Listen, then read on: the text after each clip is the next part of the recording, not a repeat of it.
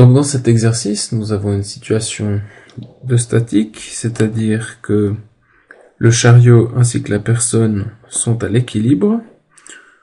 On peut le voir au fait que le chariot est tiré à vitesse constante. Qui dit vitesse constante dit équilibre. Et nous allons donc placer les forces sur le chariot ainsi que sur le personnage. Donc sur le chariot, les forces seront mises en rouge et les forces qui s'exercent sur le personnage en bleu. Alors allons-y. Donc commençons par le chariot en rouge. Alors comme vous le savez, il y a bien évidemment la force de pesanteur, P, dirigée verticalement vers le bas. Nous avons la force de soutien. Donc la force de soutien est une force exercée par le sol sur le chariot. Alors évidemment, le chariot ne peut pas être à l'équilibre dans cette situation, puisque si l'on fait la somme de ces deux forces vectoriellement, donc si on fait S plus P, eh bien on ne va jamais tomber sur un vecteur nul. Il y a en réalité encore une force qui s'exerce sur le chariot, c'est la force de traction exercée par notre personnage. Dans une situation réelle, on pourrait encore imaginer une force de frottement qui s'oppose au mouvement, mais on spécifie ici que le chariot ne subit pas de force de frottement. On imagine que les roues sont entre guillemets parfaites, et il nous faut donc enlever cette force de frottement. Alors il aurait été également possible de placer la force de traction directement au centre ici, mais bien parallèle au fil. C'est une autre façon de la représenter. Passons maintenant aux forces qui s'exercent sur le personnage. Donc évidemment, il y a une force de pesanteur. On va utiliser P1 parce que c'est pas la même force de pesanteur que celle subie par le chariot. Il y a également une force de soutien que j'appellerai ici S1 pour la distinguer de S. Nous avons une force le long du fil qui est une force de traction, cette force de traction étant exercée par le chariot. Et je signale au passage qu'en vertu du principe d'action égale réaction, ces deux forces, donc la force T et la force T1, sont directement opposées, ce qui veut dire qu'en fait, elles ont la même intensité, mais elles sont de sens opposé.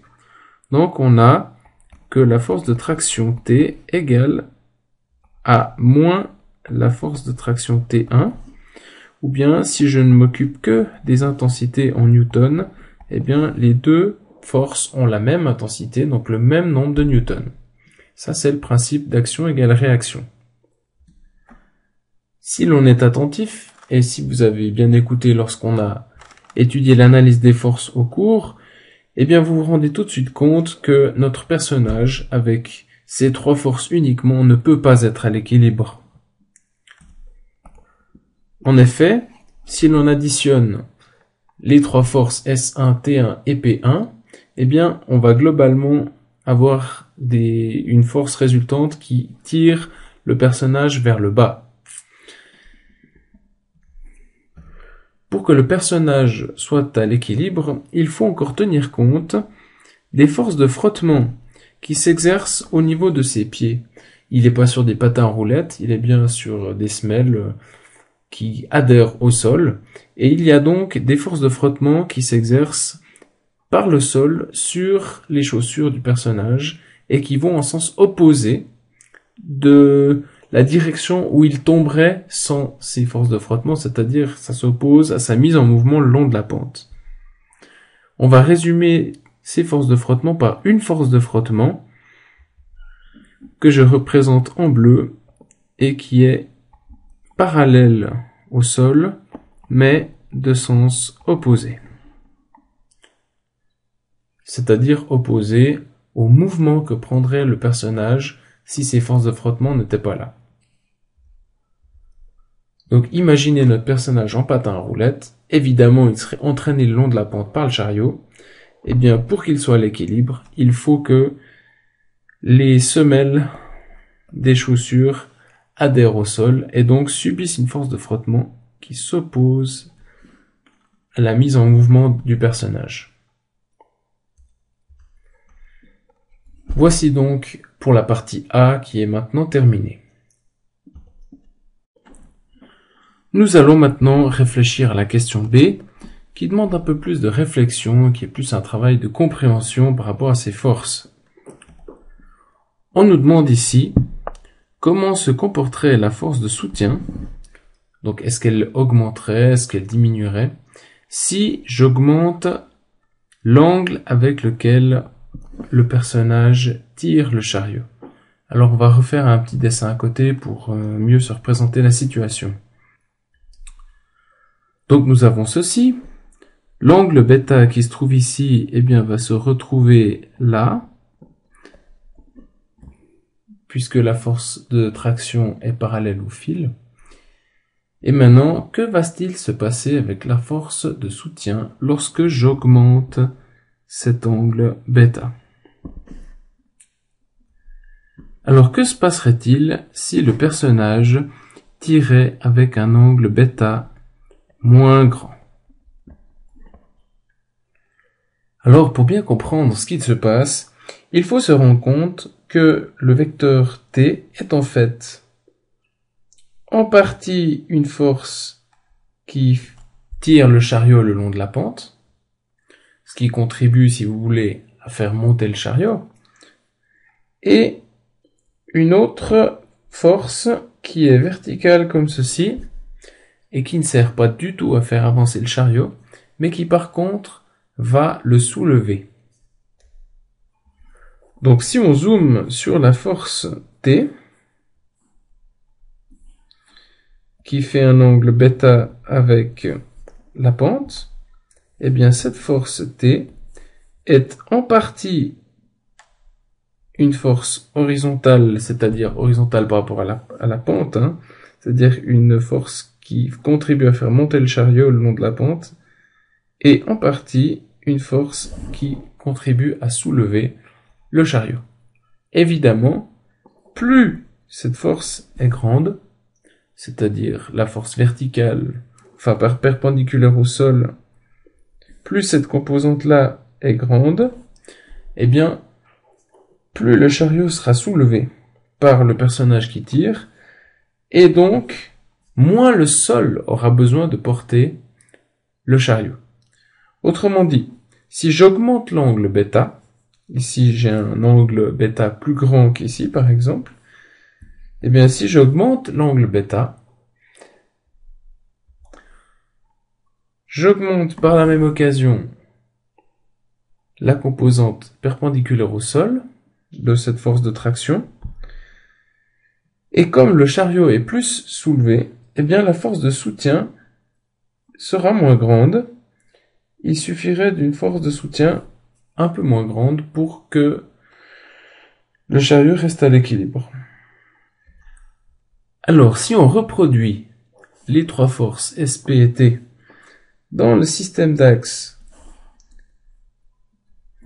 que vous connaissez bien maintenant lorsqu'on étudie le plan incliné avec l'axe des X parallèle à la pente et l'axe des Y perpendiculaire à la pente, eh bien ici, l'axe des Y serait en fait confondu, enfin parallèle à la force de soutien, l'axe des X serait parallèle à la pente. Eh bien, si l'on utilise ce système d'axes et qu'on y décompose nos trois forces, nous obtiendrons, pour la force de pesanteur, une composante perpendiculaire au sol avec une composante parallèle au sol. Pour notre force de traction, une composante parallèle au sol, une composante perpendiculaire au sol, et notre force de soutien est uniquement perpendiculaire et n'a aucune composante parallèle au sol.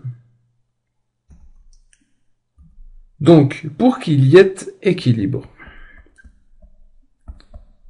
sur notre chariot, eh bien, il faut que cette partie-là cette composante parallèle au sol qui tire le chariot vers le haut compense la composante parallèle au sol du poids.